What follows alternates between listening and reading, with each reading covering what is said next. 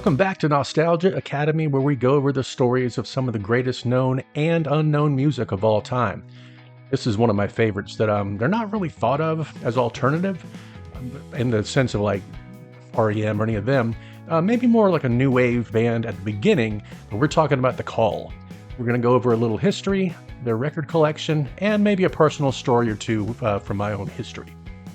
Now, The Call were formed in 1980 in Santa Cruz, California, which might be why they're not considered alternative so much. They didn't come from the alternative South, is what I call it, the Carolinas and Athens, Georgia. Michael Bean was on guitar. He would eventually move over to bass. Scott Music on drums, Tom Ferrier on guitar, and Greg Freeman on bass.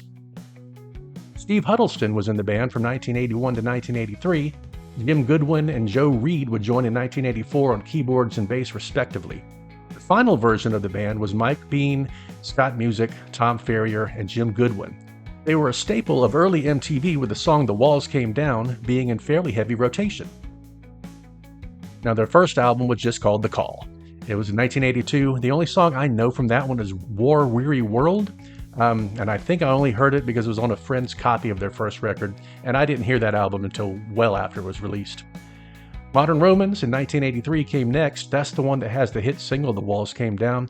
It suffers from some 80s production values, but they're hardly the only ones who had that sound. Almost everybody sounded like that with the synthesizers and such, and the drums having this weird production. But I do recall them playing that title track when I saw them live. Now, Reconciled, this is where I jump in 1986. They took a couple years to make this album, and the extra time really seemed to have paid off.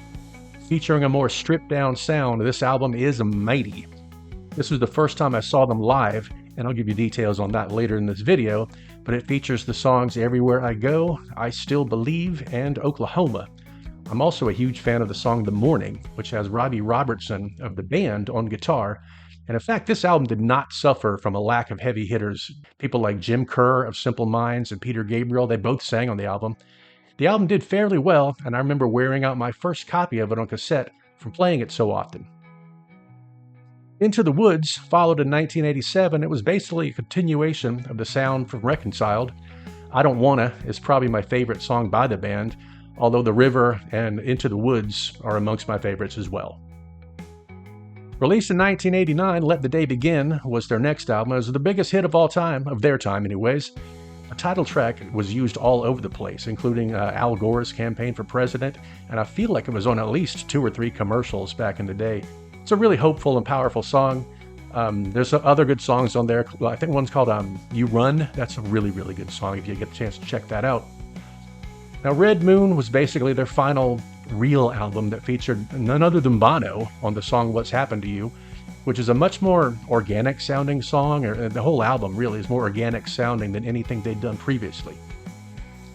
They did come back together for the first time in almost a decade for an album called To Heaven and Back.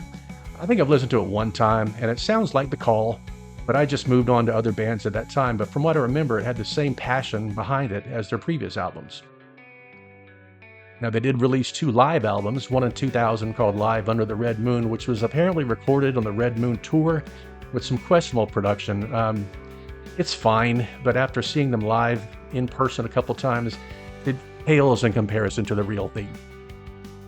A tribute to Michael Bean featuring Robert Levon Bean, who's his son, of Black Rebel Motorcycle Club.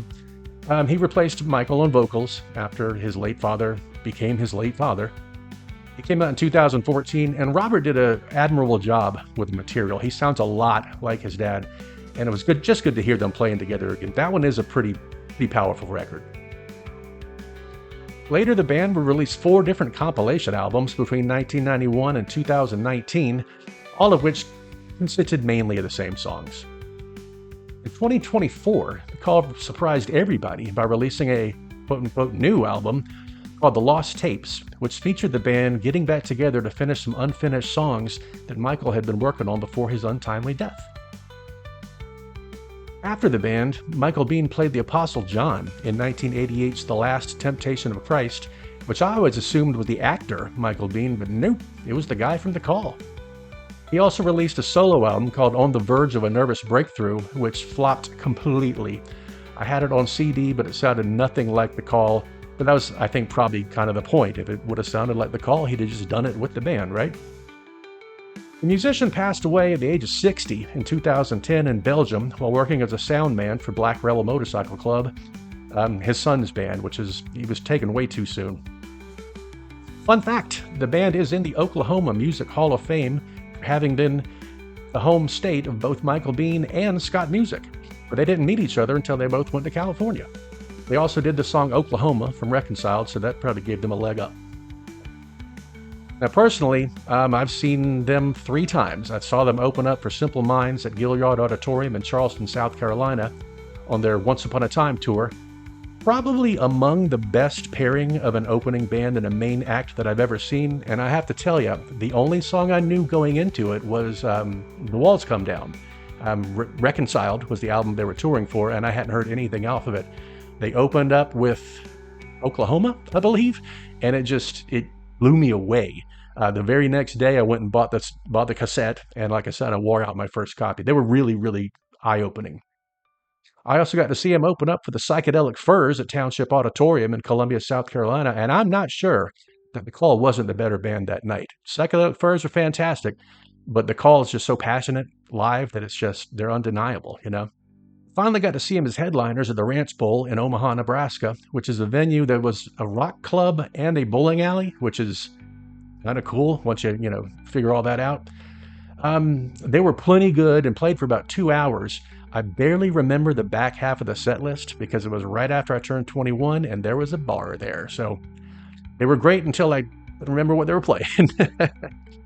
Anyways, that's all I got on The Call. And make sure to like, subscribe, and all that stuff. Because here's the thing, I don't do these videos as often as I'd like to.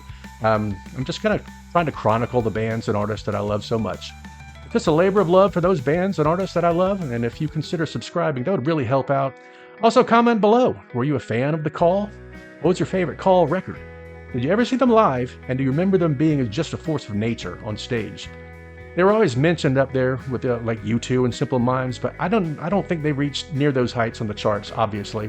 But in person, they were just as good as both of them, and I've seen both of them live, and The Call were just as good. Anyways, I'll see you guys in the next one. Take care.